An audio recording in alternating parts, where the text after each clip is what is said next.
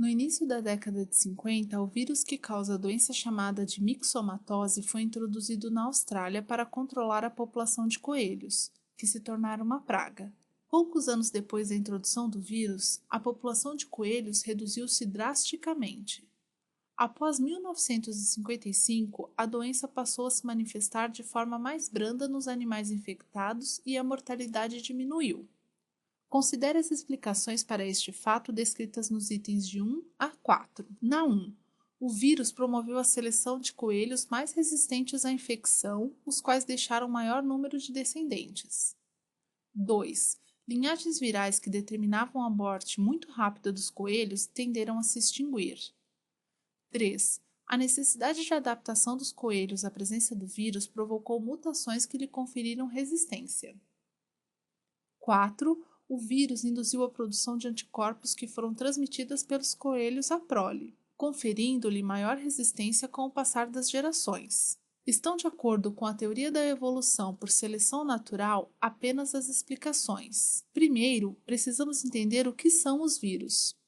Os vírus são seres vivos e são considerados como tal por apresentarem hereditariedade, por poderem se reproduzir e por terem capacidade de mutação. Os vírus não são seres celulares, eles são formados por um capsídeo que envolve o ácido nucleico, que pode ser DNA ou RNA. Alguns tipos de vírus possuem uma capa lipídica envolvendo o capsídeo. O vírus é um parasita intracelular obrigatório e se denomina assim pois precisa sempre de uma célula para se reproduzir e produzir as suas substâncias de nutrição.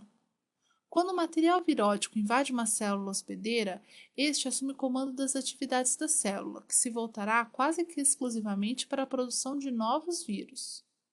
Quando a infecção é em uma célula procariótica, célula que não possui membrana nuclear, separando o material genético, é chamado de bacteriófago. Os antibióticos são ineficazes contra os vírus. Deve-se tomar cuidado com outras doenças que atacam o organismo já debilitado. No caso do exercício, vamos estudar cada afirmação para entendermos a ação do vírus em questão. Na 1, diz que o vírus promoveu a seleção dos coelhos mais resistentes à infecção, os quais deixaram maior número de descendentes. Esta afirmativa está correta, pois quando uma população é atingida por uma infecção, aqueles que são melhor adaptados irão sobreviver e assim procriar. Portanto, poderão ter mais descendentes.